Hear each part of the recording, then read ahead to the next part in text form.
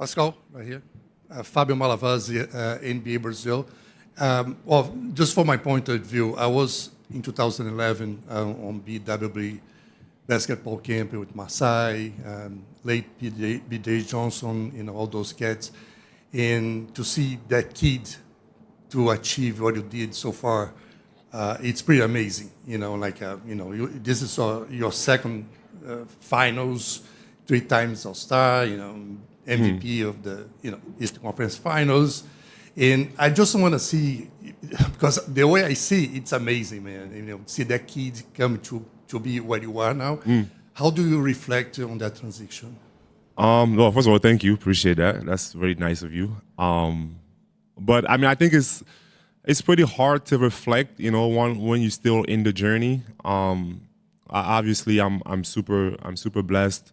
Like you said, that little kid that was Basketball Without Borders would really. I mean, I had dreams, but nothing near what's happening to me in my life, and what I've been able to accomplish. So I'm grateful, and for me it's amazing, and I'll forever be grateful, to everyone that helped me throughout my journey, and it's great, but it's hard for me to reflect on it because I'm still in it, and I'm still chasing every single day, but I definitely am super grateful. Next question here on the left. Salut Pascal, Ismaël ici de Radio-Canada. Tu as mentionné à Tyrese après la victoire que tu avais l'impression que vous n'aviez même pas bien joué. À quel point c'est un boost de confiance de mener après la première partie et d'avoir cette impression-là que vous n'avez même pas effleuré ce dont vous êtes capable? Non, mais bien sûr que dans les matchs, parfois tu apprends dans la défaite, tu vois. Donc, on a l'opportunité d'apprendre avec une victoire à la clé, mais ça signifie rien à la fin de la journée. Les matchs sont pas identiques, donc on doit aller au match prochain, essayer de faire mieux. Et bon, on va voir ce qu'on n'a pas fait bien et essayer de rectifier. Donc pour nous, c'est ça l'essentiel. Et à la fin, les matchs ne vont pas se ressembler, donc on doit approcher ce match avec un nouveau focus, tout nouveau dans nos têtes, et bon, essayer de voir ce qu'on peut faire. Mark Spears on the far right. Yes, Pascal. Kind of going on the first question. In 19, what were your fondest memories of bringing a trophy home? What was my memories, you said? Your fondest memories of that, bringing that home? Like in Cameroon? Time? Yeah. Yeah, no, it was crazy. It was pretty cool. I mean, I think getting to go back home where you're from, for me, I mostly think about like the inspiration that gives to all the other kids out there, just to know that like I'm from where they are, like and I'm able to do these amazing things. So it was just like a super humbling moment, just to go back and seeing the reception and just thinking about the next generation for sure. Fourth row on the left.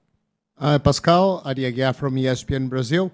When you look back on those playoffs and what happened so far, such great moments, clutch moments, do you believe there's something different about those Pacers?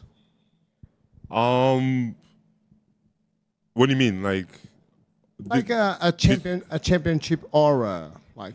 I don't know. I don't know. I mean, I think for me, for us, we just focus on us. To be honest, we try not to look ahead. It's all about us, the moment, and yeah, like I don't really think about those things. I just think about us, and for us, it's game 2, which is the most important thing right now. Front right. Tim? Pascal, you spent a lot of time working with Jenny. Obviously, I know she's got a big impact on the staff. I was curious what your experience has been like working with her over the past couple of years, and what you think of her impact on your guys' group as a whole. Yeah, Jenny's been awesome.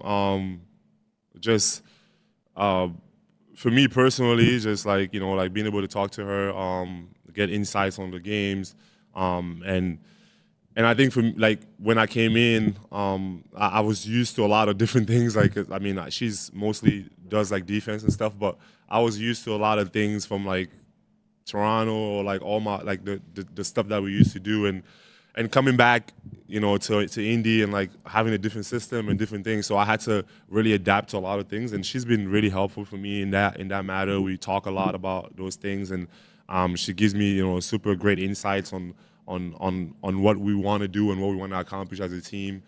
She's been great that way. She's a great communicator. And also I just like her positive, just energy about everything. I think it's mostly needed, like and even in these moments where sometimes like it felt like we didn't do well or whatever, she's always bring that positivity, which is needed for coaching. And yeah, she's done amazing for us, and she's a big help not only for me but for the whole team. Tim, here on this side. Tim Reynolds with the AP, Pascal right in front of you. You've been in the league long enough to know that when a team starts 10-15, or when it starts poorly the first couple months, it doesn't always get right. Sometimes things start bad and just stay that way. What was it about this group that allowed the opportunity to turn things around? Yeah, no, it was I think when you look at those games, I mean, there was a lot of people in and out of the lineups. We had injuries. We had we lost a lot of games, like just on some mistakes, So I think when you look at the overall record, it looks the same way. But for us, we just continue to chip away. Like we just continue to work hard, continue to improve as a team. And then when we got everyone back together, mostly like it was everyone healthy, it just started to get better, like for us. And I think it's just we're resilient. Like we're not gonna give up no matter what. And that's kind of like what helped us to just continue to chip away, get better. And for me, I always told the guys, come April, May, and June, we want to be our best. Like that's the goal as an NBA team. Like obviously you want to be in the mix, but you just want to play your best basketball at the right moment. Fourth row towards the center. Pascal here, Tencent China. Let's talk about the last play. You guys make a lot of tons of corner threes. Actually, you made a right corner three last game. But the last play, Alex Caruso was guarding you, and you made a cut to the basket instead of staying at the corner. So what was the decision-making process back then? Well, I mean, I think it was like the end of the clock. I mean, I thought I knew Tyrese was going to shoot it, so I just tried to get a rebound, to be honest. Tim, front right. Tim McMahon, ESPN. Last time you were in the finals, obviously you're a young kid, third-year guy. What's kind of the difference of the feeling of being a veteran now who's been here before versus being a third-year guy who there was a lot on your shoulders at that time as well? Yeah, no, I mean, I think it's a difference just because, again, at that time, like I won't want to say naive, but you're just going into it thinking like, okay, like this is just, it's year 3 for me. Like we always had good teams. We always won. Like, so everything just felt normal. It was just like, all right, like this is how it's supposed to be, like, so that's how it felt for me at that time. And I think for me now coming back, I have a little bit more appreciation for it just because of the journey and like understanding like how hard it is and how difficult like it is to get to this level and to this point. So I think just in terms of just maturity and just knowing all the experience that I've been through to get me back here, I have another level of appreciation for it. And I think the level of grind and play and just grit is the same because I always had that, but I just think the level of appreciation probably a little bit different. Second row on the right. Pascal, Jamal Collier, ESPN. Rick gives you guys a lot of freedom on offense to sort of just do it and figure it out on the court. Just kind of wondering what kind of advantage do you think that guys gives you, or just why do you think that works so well for you guys as a team? Well, I think it's cool. Obviously, we have like a point guard that obviously runs the show for us and get us in position and also is not just looking to get his. He's moving the ball. He's he's doing everything for the team. So he starts the engine for us, and we have TJ coming off the bench doing the same thing. Obviously, we have a lot of guards.